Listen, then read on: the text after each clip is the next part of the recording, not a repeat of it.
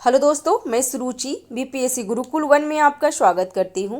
Friends, आज हम देखेंगे परम आईएएस का जो बिहार स्पेशल है और ये हम क्या देखेंगे, ये पीवाईक्यू देखेंगे। ठीक है, ये पीवाईक्यू है और ये क्या करेंगे ना, ये पीवाईक्यू जो अभी रिसेंटली जो 69 68 में जो पैटर्न चेंज हुई है उसके पर है और जो जो क्वेश्चन पूछा है वो है और इसमें एक्सप्लेनेशन भी है।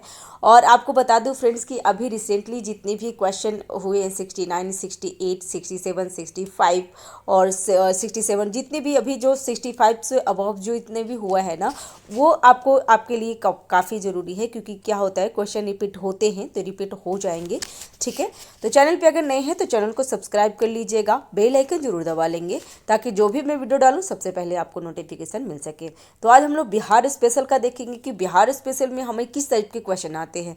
हाँ, मानते हैं फ्रेंड्स कि 67 के बाद हमारा पैटर्न चेंज हो गया है बिहार बीपीएससी का 68 और 69 में, जो कि एक्सपेरिमेंट चल रहा था, लेकिन फिर भी बिहार जो प्रीवियस ईयर क्वेश्चन से आते ही हैं। ठीक है, तो हम घटना चक्र का नहीं देख रहे हैं, ये हम देख रहे हैं लगातार जो परम आईएएस का कुछ बनाया हुआ है और काफ़ी अच्छा है। मैंने पर्सनली इसको पढ़ा है और मुझे बहुत अच्छा सेटिस्फेक्शन मिला है, इसलिए मैं रिकॉर्डिंग कर रही हूँ।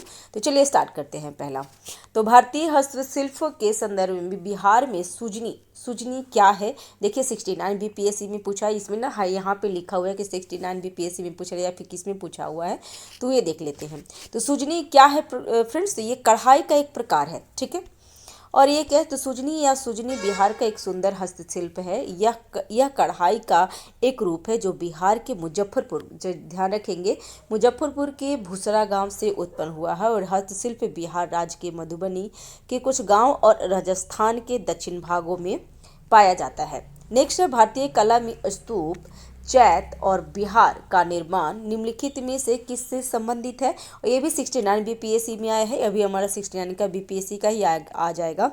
तो ये है आपका बौद्ध धर्म से। तो ये कोई बड़ी तोप नहीं हुई है फ्रेंड्स, जैसे बोलते हैं कि सिलेबस चेंज हो गया, बिहार बीपीएससी नहीं रहा है, तो ये कोई बड़ा तोप तो नहीं है क्योंकि ये तो पहले ही पूछा ही है। मान लीजिए पहले ऐसे पूछ देता था कि भारतीय कला में स्तूप किससे संबंधित रखता है या चैत किससे संबंधित रहता है, इसमें क्या तीनों डाल दिया है, तो कोई बड़ी तोप नहीं हुई है। So don't worry, relax. ठीक है, इसमें है कि बौद्ध वास्तुकला को स्तूप, चैत और बिहार के रूप में देखा जा सकता है। बौद्ध धर्म में चैत का निर्माण पूजा स्थल के रूप में किया जाता है। नेक्स्ट, बिहार में विक्रमशिला विश्वविद्यालय के बारे में निम्नलिखित कथनों पर विचार कीजिए। अब ये हम लोग तो देखे ही हैं, ये तो हम लोग पढ़े ही हैं। अब इसमें देख लेते हैं कि क्या है क्या सही। तो इसमें क्या पूछ रहा है, पहले गलत पूछ रहा है। सबसे पहले एग्जाम में देखेंगे फ्रेंड्स, गलत पूछ रहा है या सही पूछ रहा है, उसके अकॉर्डिंग ही हम लोग क्वेश्चन बनाएंगे। तो यह बिहार के वर्तमान बांका जिले में स्थित है, तो बिल्कुल गलत है क्योंकि विक्रमशिला विश्वविद्यालय कहाँ पे है, तो ये है भागलपुर में। ठीक है, पहला तो गलत हो गया, तो हम लोग एलिमिनेट करते हैं। तो इसमें पहला गलत है, तो डेफिनेटली हम लोग जो अभी जो जिसमें पहला फर्स्ट नहीं है उसको पहले हम लोग कैंसिल कर देते हैं। सेकेंड है, इसकी स्थापना पाल वंश के राजा गोपाल प्रथम ने की थी। तो विक्रमशिला विश्वविद्यालय को गोपाल नहीं किए थे फ्रेंड्स, क्योंकि विक्रमशिला विश्वविद्यालय का जो स्थापना हुआ था ना, वो धर्मपाल किए थे। तो हमारा दो भी गलत हो गया। अब इसमें देखिए, इसमें ऐसा है कि दो ही ऑप्शन है, इसमें कोई भी है जो तो गलत होगा, तो एक और दो दोनों गलत है। नेक्स्ट देख लेते हैं कि बौद्ध धर्म का ब्रजयान संप्रदाय यहाँ फला फूला है, तो बिल्कुल सही है। और खगोल विज्ञान, तर्कशास्त्र, कानून व्यवस्था और दर्शन जैसे अन्य विषय भी यहाँ पढ़ाए जाते थे, तो बिल्कुल सही है। तो ये कोई बड़ी बात तो हुआ नहीं फ्रेंड्स। हाँ, इस क्वेश्चन को थोड़ी लंबा कर दिया है, टाइम कंज्यूमिंग कर दिया है, लेकिन ऐसा नहीं है कि इसको बना नहीं सकते हैं। ठीक है, अभी उसके बारे में अच्छे से देख लेते हैं, क्या पता नेक्स्ट एग्जाम में इसमें से रिपीट कर दे। तो यह वर्तमान बिहार के भागलपुर में स्थित है, बिल्कुल सही, जबकि ऑप्शन में बांका दे दिया था। पाल वंश के शासक धर्मपाल ने कब, तो 783 से 820 के अन्य नालंदा में अध्ययन के स्तर में कथित गिरावट के जवाब में विक्रमशिला विश्वविद्यालय की स्थापना की थी। धर्मपाल गोपाल के पुत्र थे और जिन्होंने ओदंतपुरी विश्वविद्यालय की स्थापना की। तो ओदंतपुरी विश्वविद्यालय की स्थापना किसने की थी, तो ये गोपाल ने किए थे, ये ध्यान रखिएगा। और इसका पता चलता है कि बंगाल और बिहार में बाल शासकों के लिए शिक्षा कितनी महत्वपूर्ण है, तो ये ध्यान रखेंगे। लगभग 1203 ईस्वी में मोहम्मद बिन बख्तियार खिलजी, जो बख्तियार खिलजी जो हम आए थे ना बिहार में, जो पहले तुर्क सत्ता स्थापित किए हैं बिहार में, यही क्या किए थे ना, पूरा सारे को नष्ट कर दिए थे, जिसमें ओदंतपुरी विश्वविद्यालय, विक्रमशिला विश्वविद्यालय, नालंदा, ये सारे नष्ट किए थे। तो ये ध्यान रखिएगा, बख्तियार खिलजी। ठीक है, विक्रमशिला विश्वविद्यालय की विशेषता क्या है, तो विशेषता देख लेते हैं, क्योंकि इसमें से ही जैसे ऑप्शन में वो 4 ऑप्शन दिया था ना, उसी तरीके से पूछ सकता है नेक्स्ट एग्जाम में। तो भारत के बाहर के राज्यों द्वारा प्रोफेसर को बौद्ध शिक्षाओं का प्रचार करने के लिए कहा गया था। और अतीसा अतीसा जो भिक्षुओं के मठ का प्रमुख होता था। तो ये भी कभी क्वेश्चन पूछ देगा कि भिक्षुओं के मठ के प्रमुख को क्या कहा जाता था, तो अतीसा कहा जाता था। एक उल्लेखनीय मठाधीश के रूप में प्रसिद्ध पंडित और दार्शनिक थे। ठीक है। नेक्स्ट है विक्रमशिला विश्वविद्यालय। विक्रमशिला को ज्यादातर तिब्बती स्रोत से जाना जाता है, विशेष रूप से 16वीं से 17वीं शताब्दी तिब्बती भिक्षु इतिहासकार तारकनाथ के कार्यों से जाना जाता है। तो यहाँ तारकनाथ का नाम ध्यान रखिएगा, क्योंकि तारकनाथ विक्रमशिला के जो कनेक्शन ज़्यादा है, तो इसलिए। और वह यह ब्रजयान बौद्ध धर्म का केंद्र था। तो ये ब्रजयान बौद्ध धर्म का है, और यहाँ तांत्रिक उपदेश के कार्य करते हैं। तो ये भी इम्पोर्टेंट है, ये भी ध्यान रखिएगा, नेक्स्ट में कहीं पॉइंट्स में मिल ना जाए। तर्क, वेद, खगोल विज्ञान, शहरी विकास, कानून, व्याकरण, दर्शन और अन्य विषयों का भी शिक्षा दी जाती थी। तो ध्यान रखेंगे फ्रेंड्स। नेक्स्ट है मैथिली भाषा का विकास निम्नलिखित में से किसके शासनकाल के दौरान शुरू हुआ था। तो ये कर्नाट वंश के टाइम में हुआ था फ्रेंड्स। तो ये देखिए यहाँ पे ऑप्शन में आ गया है कर्नाट वंश। तो कर्नाट शासकों के काल में मिथिला के स्वर्ण काल के रूप में जाना जाता है। तो ये भी क्वेश्चन कभी हो सकता है पूछ दे कि मिथिला के स्वर्ण काल किसके टाइम काल को कहा जाता है। तो ये कर्नाट वंश के टाइम में कहा जाता है फ्रेंड्स। और मिथिला या उत्तर बिहार पाल साम्राज्य का एक हिस्सा था, लेकिन विग्रहपाल III की मृत्यु के बाद दक्षिण बिहार की तरह उत्तर बिहार में भी पालों की पकड़ बहुत ढीली हो गई थी। पूर्वी बंगाल में कर्नाट वंश और मिथिला में नान्यदेव वंश जो 1097 के दौरान ईस्वी के दौरान सत्ता में आए थे। तो ध्यान रखिएगा, पूर्वी बंगाल में कर्नाटक वंश और मिथिला में नान्यदेव। नेक्स्ट है नान्यदेव ने 1097 में चंपारण में सिमरावगढ़ एक हमारे टेस्ट सीरीज में कहीं तो मिल रहा था कि सिमरावगढ़ कहाँ था। तो ये चंपारण में सिमरावगढ़ को अपनी राजधानी बनाकर मिथिला में स्वतंत्र कर्नाटक राजवंश की स्थापना की थी। तो ऑप्शन में आपको नेपाल भी आ जाएगा और चंपारण भी आ जाएगा। तो चंपारण नेपाल के बॉर्डर पे है सिमरावगढ़। यह दुर्गम स्थान पर स्थित था और इसकी सुरक्षा ऊंची दीवार और 7 खाइयों द्वारा की जाती थी, और इसे तिब्बत विद्वान धर्मास्वामी ने देखा था। तो धर्मास्वामी भी कनेक्शन कहाँ तक है, तो कर्नाटक वंश के टाइम में ही उनको देखा गया था। तो ये बता इसमें है। और 1234 में तिरहुत का दौरा किए थे कौन, तो धर्मास्वामी 1234 में तिरहुत का दौरा किए थे। भारत नाट्य शास्त्र के समकालीन मुल्ला तकिया ने खुद को मिथिलेश्वर, मिथिला का राजा और निपमल्ला के साथ महासामंतपति के रूप में संबोधित कर देता है। तो कौन है, मुल्लातक्या। मिथिला परंपरा में नान्यदेव को कर्नाटक क्षत्रिय और कर्नाटक कुलम भूषण कहा गया है। तो अगर आप कोई टेस्ट दे रहे होंगे रिसेंटली, आई थिंक आप अगर किसी का भी टेस्ट दे रहे होंगे, तो ये भी क्वेश्चन आता है ना कि जो ये ऐसा पूछ दिया था कि कर्नाटक कुलभूषण किसका उपाधि था। तो नान्यदेव है, फिर हरि सिंह देव है, जो 4 जो कर्नाटक वंश के राजा थे ना, उनके नाम दे देंगे। तो आप ये ध्यान रखिए कि नान्यदेव को कर्नाटक कुलभूषण कहा जाता है, क्योंकि नान्यदेव ने कर्नाटक वंश की स्थापना की थी। ध्यान रखेंगे, यह किसी अधिपत्य संभवतः विजयसेन के प्रति उनकी सम्मति स्थिति को दर्शाता है। हरि सिंह देव कर्नाटक वंश के अंतिम महाराजा थे, ध्यान रखिएगा। तो कर्नाटक वंश के ना NNM ध्यान रखिएगा, ठीक है। नान्यदेव, नरसिंह देव और हरि सिंह देव, ठीक है, NNM, ठीक है। इतना याद रखिए, ये ज़्यादा तीनों इंपॉर्टेंट है। ये नान्यदेव ने क्या किया था, तो कर्नाटक वंश की स्थापना की थी। और नरसिंह देव के टाइम में क्या हुआ था, तो नरसिंह टाइम में हुआ था जो बख्तियार खिलजी गया था ना, तो उसको नजराना देकर उसको शांत कर दिया था। और हरि सिंह के देव में जो तुगलक वंश के जो गयासुद्दीन तुगलक गए थे, जो 1200 गयासुद्दीन तुगलक का गए थे वहाँ पे 1320 से 25 के बीच में, और उसने क्या किया था, हरि सिंह को हटा दिया था और वो वहाँ पे राज करने मतलब उसको अपने साम्राज्य में मिला लिया था। तो ये चीज़ इंपॉर्टेंट है, ध्यान रखिएगा। उसके बाद उनके पुत्र गंगदेव और मल्लदेव की ने राजगद्दी संभाली थी। बिहार में पाल वंश के पतन के कुछ बाद आदिवासी राज्यों का उदय हुआ था। चेरो में एक महत्वपूर्ण आदिवासी राज्य था। ये भी हमें टेस्ट में कहीं न कहीं मिला है कि बिहार में जो राजवंश थे उसमें सबसे ज़्यादा मतलब सबसे महत्वपूर्ण आदिवासी राज्य कौन था, तो उसमें चेरो का ऑप्शन आया था, तो मैंने चेरो लगाया था। तो ये ध्यान रखिएगा, इस तरीके से ना एक एक पॉइंट से आपको एक एक लाइन से एक एक क्वेश्चन निकल सकते हैं, ध्यान रखिएगा। उन्होंने शाहाबाद, सारण, चंपारण, मुजफ्फरपुर और पलामू जिले में मजबूत राज्य की नींव डाली। तो कौन डाला था, तो चेरो। तो बिहार का अगर ऐप ऐसे मैप आप बनाते हैं, ठीक है, ये तो मैप यहाँ पे जगह नहीं मिल रही है, तो यहाँ पे मैप अगर बनता है तो ये साइड, यहाँ ध्यान रखिएगा, ये साइड ना चेरो का था, ठीक है। तो मैप से थोड़ा सा ध्यान रखेंगे ना तो चेरो का एग्जाम में इजी हो जाता है हमें एलिमिनेट करने के लिए। अगर मान लीजिए कि यहाँ का ऑप्शन दिया है और कहीं पूर्णिया के साइड में दे देगा तो थोड़ा सा हमें इजी हो जाता है उसको हटाने के लिए। 300 वर्षों तक शासन किया था और शाहाबाद जिले में चेरो की 4 रियायतें थी। तो चेरो कितने वर्षों तक शासन किया था फ्रेंड्स, तो चेरो 300 वर्षों तक किए थे। 1587 से 1607 के बीच कुकुमचंद झारा भोज के चेरो के मुखिया थे और उन्होंने भोजपुर के बड़े हिस्से में उज्जैनियों को खदेड़ दिया था।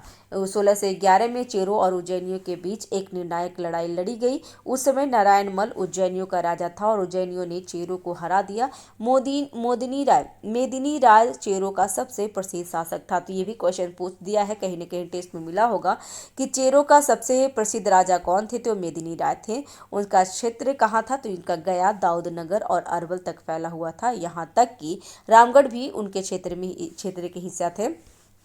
मेदिनी राय के बाद उनके बेटे प्रताप राय ने शासन किया और उसके शासन के दौरान 3 मुगल आक्रमण हुए थे, अतः चेरो को मुगल साम्राज्य में सम्मिलित कर लिया गया था। नेक्स्ट क्वेश्चन है कि प्रारंभिक वैदिक काल के दौरान कौन सा शहर मगध के प्राचीन साम्राज्य की राजधानी के रूप में कार्य करता है। ये भी आपको 69 बीपीएससी में आ गया है। तो ये राजगिरी, ये भी कोई बड़ी तोप नहीं है फ्रेंड्स, ध्यान से पढ़ेंगे तो इजी हो जाएगा, क्योंकि ये चीज़ तो रिपीट करता ही है कि मगध की राजधानी कौन सी है, तो ये राजगिरी है, तो ध्यान रखेंगे। तो देखिए राजगिरी मगध साम्राज्य की राजधानी के रूप में कार्य करता है। और अब हम लोग देख लेते हैं जो बिहार में जो प्रमुख राजवंश थे वो इम्पोर्टेंट है। कभी कभी क्या पूछ देगा ना, टाइमलाइन पूछ देगा कि किसके बाद कौन से आए हैं या क्रमबद्ध सजाइए, तो ये चीज़ ना आपको बहुत हेल्प करेगा। तो इस टाइमलाइन बता देती हूँ। हर्यक वंश राजवंश सबसे पहले का है बिहार में। और ऐसे तो जो जरासन थे ना उनका था, लेकिन बृहदत्त वंश को नहीं, ज़्यादातर हर्यक वंश को ही माना जाता है। तो हर्यक वंश राजगिर पाटलिपुत्र में उसकी राजधानी थी। फिर हर्यक वंश को समाप्त करके शिशुनाग वंश आए थे, फिर नंद वंश आए। नंद वंश की राजधानी कहाँ थी, तो ये पाटलिपुत्र में हो गई थी। मौर्य राजवंश और शिशुनाग वंश का एक और ध्यान रखेंगे फ्रेंड्स। शिशुनाग वंश में ना जो पाटलिपुत्र में तो उदयन जो थे ना, हर्यक वंश का जो लास्ट नहीं, उससे पहले बृहदत्त से पहले उदयन थे ना, उदयन ने पाटलिपुत्र के निर्माण किया था और अपनी राजधानी वहाँ पे हस्तांतरित भी किए थे। लेकिन शिशुनाग वंश के शिशुनाग जो पहले राजा थे जो वंश को स्थापना किए थे, उन्होंने अपनी राजधानी को पाटलिपुत्र से वैशाली किए गए थे। और कालाशोका क्या किए थे, तो वैशाली से पाटलिपुत्र अपना राजधानी वापस ले आए थे। तो ये सब ध्यान रखिएगा, इम्पोर्टेंट है। और कालाशोका के टाइम में क्या हुआ था, तो ये जो बौद्ध का ना सेकेंड हुआ था, सेकेंड बौद्ध संगति हुई थी। तो ये सब थोड़ा थोड़ा ध्यान रखिएगा। जैसे भी आपको ये वंश का नाम आ रहा है ना, आपको क्या करना है, पूरा रिकॉल हो जाना चाहिए दिमाग में, ठीक है। फिर मौर्य राजवंश जो पाटलिपुत्र में उसकी राजधानी थी। शुंग राजवंश पाटलिपुत्र में, कण्व पाटलिपुत्र, सातवाहन प्रस्थांडिया अमरावती में सातवाहन का था।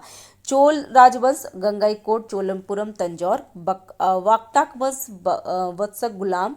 इक्ष्वाकु वंश आंध्र प्रदेश का है, गुप्त वंश से पाटलिपुत्र। कंदम वंश वनवासी उत्तर कर्नाटक और गंग राजा पश्चिमी मैसूर का है। पल्लव राजवंश कांचीपुरम। वर्धन वंश थानसेर। मैत्रिक राजवंश बल्लभी। चालुक्य बादामी में। मौखरी वंश कन्नौज। करकोटा वंश कश्मीर। हून साकाल। राष्ट्रकूट मान्यखेट, ये आपको 67 में जो कैंसिल हो गया था ना उसमें शायद पूछा था, ध्यान रखिएगा। और पाल वंश बंगाल। सेन वंश बंगाल, ध्यान रखेंगे फ्रेंड्स ये सब। ये उत्लव वंश कश्मीर। हिंदुशाही भंडरपुर। लोहार वंश कश्मीर। सोलंकी वंश अहनीवादा। कलचुरी राजवंश त्रिपुरी। चंदेल वंश बुंदेलखंड, ये भी इम्पोर्टेंट है, और गढ़वाल वंश कन्नौज, चौहान वंश अजमेर, और गुर्जर प्रतिहार कन्नौज, ध्यान रखिएगा फ्रेंड्स। नेक्स्ट है बिहार। ब्रिटिश, माफ कीजिएगा, ब्रिटिश शासित भारत में बिहार को पहली बार बंगाल प्रेसिडेंसी से कब अलग कर दिया गया था। यहाँ पे पहली बार बोल रहा है, देखिए 69 बीपीएससी में क्वेश्चन पूछा था, तो इसका आंसर हो जाएगा 1912 में। ध्यान रखिएगा फ्रेंड्स, 1912 में बिहार को पहली बार बंगाल से अलग किया था। और बिहार कोई नहीं फ्रेंड्स, इसमें साथ में उड़ीसा भी आया था, तो ध्यान रखिएगा, ठीक है। तो ये भी कोई बड़ी बात नहीं है, आप आराम से क्वेश्चन बना सकते थे इसको। तो वर्तमान बिहार का निर्माण, तो एक प्रांत के रूप में बिहार को अपनी पहचान थी, हालांकि समय समय पर इसकी राजनीतिक सीमाओं में कोई बदलाव हुआ है, कई बदलाव हुए थे। मध्यकाल के दौरान बिहार को अलग प्रांत के रूप में बनाया गया था। मुगल काल के दौरान भी बिहार की पहचान एक अलग प्रशासनिक इकाई में थी। बाद में 18वीं शताब्दी के मध्य में ब्रिटिश शासकों ने बिहार और उड़ीसा को बंगाल में मिला दिया और एक नई प्रशासनिक इकाई बना दी थी। 1765 में क्या हुआ था, तो 1765 में जैसी डेट आता है ना, आप दिमाग में रिकॉल जरूर करेंगे कि 1764 में क्या हुआ था, फिर 1765 में क्या हुआ था, तो इससे आपको ना क्वेश्चन बहुत ज़्यादा मिल जाएंगे। तो 1764 में क्या होता, बक्सर युद्ध हुआ था, और 1765 में क्या हुआ था, तो बक्सर युद्ध के पश्चात जो संधियाँ हुई थी, तो 1765 में क्लाइव के साथ हुई थी। तो ये सब ध्यान रखेंगे, ठीक है। दीवानी अंग्रेजों को दी गई थी, और दीवानी दे दिया गया था अंग्रेजों को, जो मोहम्मद कौन थे, मोहम्मद शाह थे ना शायद,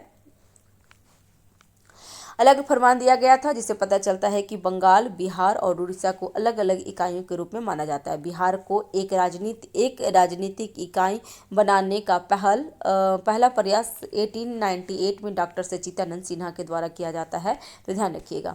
1894 में बिहार टाइम्स की कब से प्रकाशित किया गया है, तो 1894 से प्रकाशन शुरू हुआ, जिसमें बिहार के पृथक की गति मिली है। और 1 अप्रैल 1912 में, पता नहीं क्या ही हो रहा है हमको, 1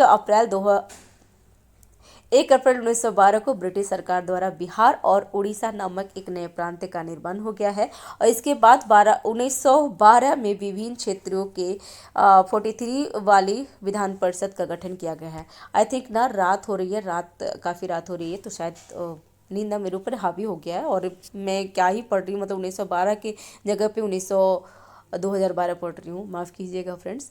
ब्रिटिश सरकार 1935 का अधिनियम लेकर आई थी, जिसमें कई सुधार किए गए थे। अधिनियम के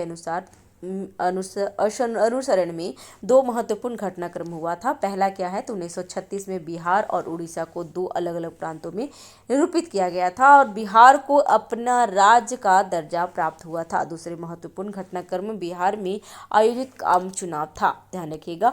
और लास्ट में हमारा बिहार तीसरी बार डिवाइड हो गया, जब कब हुआ, तो 15 नवंबर 2000 को। ये इंपॉर्टेंट है, ये पूछता है कि जो झारखंड है, जो बिहार से कब अलग हुए थे। इनफैक्ट रिसेंटली एग्जाम में पूछा था, और ये 69 में भी पूछा था।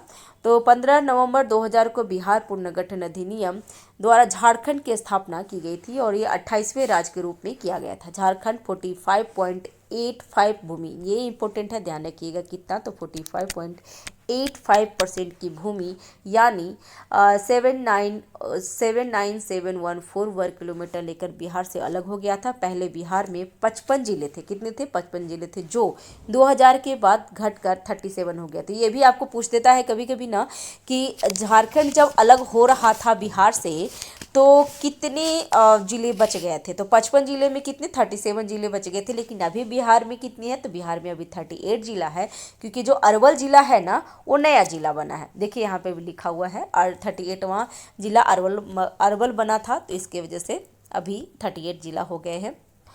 और 20 अगस्त 2001 को अस्तित्व में आया था क्या, तो अरवल और पहले जहानाबाद जिले का हिस्सा था। इससे पहले अरवल क्या था, जहानाबाद के हिस्सा था। वर्तमान में बिहार में कितनी 38 जिले हैं। नेक्स्ट, निम्नलिखित में से कौन सी राष्ट्रीय उद्यान वन्यजीव अभयारण्य बिहार में स्थित है। देखिए 69 बीपीएससी में क्वेश्चन आया है, तो वाल्मीकि राष्ट्रीय उद्यान, तो ये बिल्कुल सही है। दुधवा राष्ट्रीय उद्यान ये नहीं है यहाँ पे फ्रेंड्स, और गजनेर वन्यजीव अभयारण्य, भीम बांध वन्यजीव अभयारण्य, तो ये सही है। इसमें ऑप्शन में देख लेते हैं, तो 1 और 4 सही है, इसका आंसर हो जाएगा ए, ठीक है। 1 और 4 सही है। वाल्मीकि राष्ट्रीय उद्यान बिहार में है, ये कहाँ पे है? तो वाल्मीकि टाइगर रिजर्व बिहार का एकमात्र बाघ अभयारण्य है जो भारत में हिमालय के तराई वनों की सबसे पूर्वी सीमा है। आप मुझे कमेंट बॉक्स में बताएंगे कि बिहार में एक और बाघ अभयारण्य बनने जा रहा है, उसका नाम क्या है? हालांकि वो रजिस्टर्ड नहीं हुई है, लेकिन हाँ, भारत सरकार ने उसकी अनुमति दे दी है। तो उसका आप मुझे कमेंट बॉक्स में बताएंगे कि कौन सा जिला में वो दूसरा सेकेंड बाघ अभयारण्य बन रहा है। ठीक है। गंगा के मैदानी जैव भौगोलिक क्षेत्र में स्थित इस टाइगर रिजर्व की वनस्पति भावर और तराई क्षेत्रों का संयोजन है। भारतीय वन सर्वेक्षण रिपोर्ट 2021 के अनुसार इसके कुल क्षेत्रफल कितनी है? तो 85.71% भाग वन क्षेत्र में आच्छादित है और वाल्मीकि टाइगर रिजर्व के जंगल में पाए जाने वाले जंगली स्तनधारियों बाघ, भालू, तेंदुआ, जंगली कुत्ता, वाइरसन, जंगली सुअर आदि शामिल है। दुधवा टाइगर रिजर्व कहाँ है फ्रेंड्स? तो ये उत्तर प्रदेश में है, ध्यान रखिएगा। और क्या था? और हमारा कुछ तो था नहीं, अब हम लोग आगे बढ़ते हैं। हाँ, और भी वन अभयारण्य याद रख लीजिए। तो दुधवा राष्ट्रीय उद्यान कहाँ पे है? तो ये माध्यम में सुहेली और मोहिनी नदी के बीच में है और ये कहाँ है? तो ये उत्तर प्रदेश में है। किशनपुरा वन्यजीव अभयारण्य, इसके माध्यम में शारदा नदी बहती है, ये भी उत्तर प्रदेश में। और कातियान वन्यजीव अभयारण्य के माध्यम में गेरुआ नदी बहती है। ये सभी नदियां घग्गर नदी की सहायक नदियां हैं और यह उत्तर प्रदेश के एकमात्र स्थान है जहां बाघ और गैंडे दोनों एक साथ देखे जाते हैं। गजनेर वन्यजीव अभयारण्य कहाँ था? तो गजनेर वन्यजीव अभयारण्य राजस्थान के बीकानेर में स्थित है फ्रेंड्स, तो ध्यान रखेंगे। ठीक है। नेक्स्ट है भीम बांध वन्यजीव अभयारण्य। तो भीम बांध वन्यजीव अभयारण्य मुंगेर जिले में स्थित दक्षिण पश्चिम में जमुई जिले के पास है और महाभारत के अनुसार पांडवों में एक भीम ने यहाँ एक बांध का निर्माण कराया था और इसलिए इसे भीम बांध कहा जाता है, जिसमें गर्म पानी के स्रोत के लिए भी जाना जाता है। यहाँ जंगल, खड़गपुर पहाड़ियों और लहरदार पथ पर 681.99 वर्ग किलोमीटर तक फैली हुई है। ये कभी कभी टेस्ट में कहीं कहीं मिल रहा है फ्रेंड्स। और यह गंगा नदी के दक्षिण में छोटा नागपुर पठार के उत्तरी किनारे और संथाल परगना के पश्चिम में स्थित है। अभी हम लोग देख लेते हैं बिहार में वन्यजीव अभयारण्य और क्या है, नाम है, प्रकार है और बिहार किस किस जिले में है। तो बरेला झील सलीम अली पक्षी अभयारण्य, ये कहाँ है? तो वैशाली में है और ये रामसर साइट में शामिल हो चुका है फ्रेंड्स। और आपको बता दें कि 67 जो मैंने बीपीएससी दी थी उसमें मेरा हुआ था मेंस में इंटरव्यू हुआ नहीं, मतलब फाइनली नहीं हो पाया। तो 67 बीपीएससी में पूछा था कि बरेला नहीं, ये माफ़ कीजिए फ्रेंड्स, ये नहीं पूछा था, कांवरताल झील पूछा था। बरेला झील तो वैशाली में, ये तो मेरा घर है यहाँ पे, इसलिए मुझे हमेशा ध्यान में रहता है। भीम बांध वन्यजीव अभयारण्य कहाँ है? तो ये मुंगेर में। गौतम बुद्ध वन्यजीव अभयारण्य, तो ये गया में है। और कैमूर वन्यजीव अभयारण्य कैमूर और रोहतास में। कांवर झील पक्षी अभयारण्य, ये बेगूसराय में। ये है रामसर साइट में शामिल फ्रेंड्स और यही आपको 67 में पूछा था। और अभी 2 झील बने हैं रामसर साइट में शामिल हुए हैं, तो वो बिहार के लिए काफ़ी इंपॉर्टेंट है। नागी और नकटी बांध जो है रामसर साइट में शामिल हुआ है, तो ये ध्यान रखिएगा, दोनों जमुई में है और वन्यजीव अभयारण्य है। ठीक है। नेक्स्ट है पंथ वन्यजीव अभयारण्य राजगीर में है, राजगीर नालंदा में। और संजय गांधी जैविक उद्यान जू है वो पटना में है। और उदयपुर वन्यजीव अभयारण्य तो चंपारण में है। फ्रेंड्स यहाँ पे ध्यान रखिएगा, उदयपुर एक शहर है, वो राजस्थान में है, तो हमें ऐसे कभी कभी लग जाएगा कि उदयपुर वन्यजीव अभयारण्य डायरेक्टली हम लोग को राजस्थान वाला दिमाग में आता है, लेकिन नहीं, ये चंपारण में है और ये भी पश्चिमी चंपारण में उदयपुर है, तो ध्यान रखिएगा। वाल्मीकि राष्ट्रीय उद्यान कहाँ है? तो ये पश्चिम चंपारण में है। और वाल्मीकि वन्यजीव अभयारण्य है, तो ये भी पश्चिम चंपारण में है। और विक्रमशिला गंगा डॉल्फिन अभयारण्य भागलपुर में है, ध्यान रखिएगा। नेक्स्ट है गंडक नदी का दूसरा नाम क्या है? तो गंडक नदी का दूसरा नाम क्या है? इसमें आ जाएगा नारायणी भी है और नारायणी है, तो इसका नाम है नारायणी। शालिग्राम भी उनको बोला जाता है फ्रेंड्स, ये भी ध्यान रखिएगा। गंडक नदी के बारे में मुख्य तथ्य क्या क्या है? तो गंडक नदी को नेपाल में गंडकी और नारायणी नदी के नाम से जाना जाता है। यह एक महत्वपूर्ण नदी है जो भारत और नेपाल के उत्तरी भाग से होकर बहती है। बिहार में वाल्मीकि राष्ट्रीय उद्यान और टाइगर रिजर्व इस नदी के तट पे बना हुआ है। ठीक है। गंडक नदी नेपाल सीमा के पास तिब्बत में धौलागिरी से उत्तर में मुख्य समुद्र तल से 7,620 मीटर की ऊंचाई पर निकलती है। हिमालय से निकलने वाली यह नदी 630 किलोमीटर की लंबाई में फैली हुई है, जिसमें से 445 किलोमीटर भारत से होकर और 185 किलोमीटर नेपाल से होकर बहती है। जल निकासी बेसिन क्या है इसका? तो गंडक नदी का कुल जल निकासी बेसिन कितनी है? तो 29,705 वर्ग किलोमीटर है। यह नदी भारत के बिहार और उत्तर प्रदेश से राज्यों से होकर बहती है और हाजीपुर के ठीक नीचे पटना के पास गंगा जी में मिल जाती है। सहायक नदियाँ क्या है गंगा की? तो ये गंडक नदी की प्रमुख सहायक नदियाँ मायागंदी, बारी, त्रिशूली, पंचचन, सरहद, बूढ़ी गंडक शामिल है। बिहार के निम्नलिखित में से किस जिले में सोना पाया जाता है? तो ये जमुई में पाया जाता है, ध्यान रखिएगा। तो 69 बीपीएससी में आया है। और ये देख लिए बिहार का हमारा मैप, ये बहुत ज़्यादा मैप जरूरी है फ्रेंड्स, कहाँ पे क्या मिलता है तो आप जाके देख लीजिएगा। वैसे मेरा ना महेश कुमार बर्नवाल का बना हुआ है मैप थ्रू सारे वीडियो बने हुए हैं, जो कहाँ पे क्या है, सारे कुछ नदियाँ और उसमें क्या है, खनिज, नदियाँ, मिट्टी, ये सारे कुछ ना मैप के थ्रू बनाया हुआ है। तो हमारे प्लेलिस्ट में आप जा करके चेक कर लेंगे, आपको मिल जाएगा। ठीक है,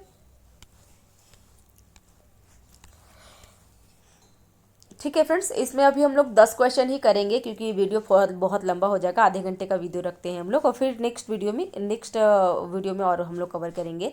तो त्रिवेणी नहर का निर्माण निम्नलिखित में से किस नदी पे किया गया है? तो 69 बीपीएससी में पूछा है, तो ये सी गंडक नदी पे। ये सब देख रहे हैं फ्रेंड्स, आप अगर अभी दे रहे हैं 69 तो बहुत डर लोगों को डर हो गया था। तो ये क्या हार्ड क्वेश्चन है? नहीं है फ्रेंड्स, हार्ड क्वेश्चन है, आप इसको कर सकते हैं इजीली।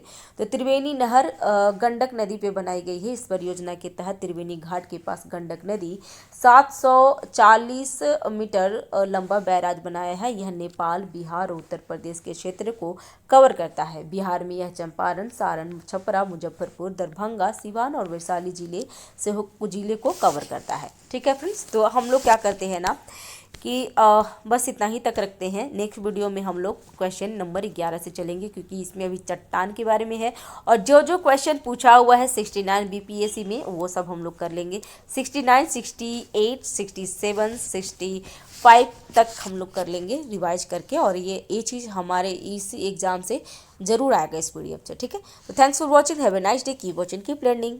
मुझे नींद काफ़ी आ रही है तो मुझे, है ना, चलिए बाय। मैं थोड़ी सी कैजुअल हूँ फ्रेंड्स, मैं उतनी सीरियस मैम नहीं हूँ, मैं एक आपके जैसा स्टूडेंट हूँ। हाँ, मुझे एक्सपीरियंस हो गया है तो मैंने ट्राई करी हूँ कोशिश करी हूँ कि यूट्यूब से थोड़ी मुझे ग्रोथ मिल जाए। तो ठीक है, तो थोड़ी सी कैजुअल होते स्टूडेंट्स ओके, क्योंकि फ्रेंड्स रहना ज़रूरी होता है। यहाँ पे टीचर और मैम नहीं है, बस we are student, we are friends. तो थोड़ी सी कैजुअल हो जाती हूँ तो माफ़ करेंगे। चैनल पे नए हैं तो चैनल को जरूर सब्सक्राइब करेंगे, लाइक करेंगे, शेयर करेंगे दोस्तों के साथ। ठीक है, मुझे सपोर्ट करेंगे। Thank you, bye bye.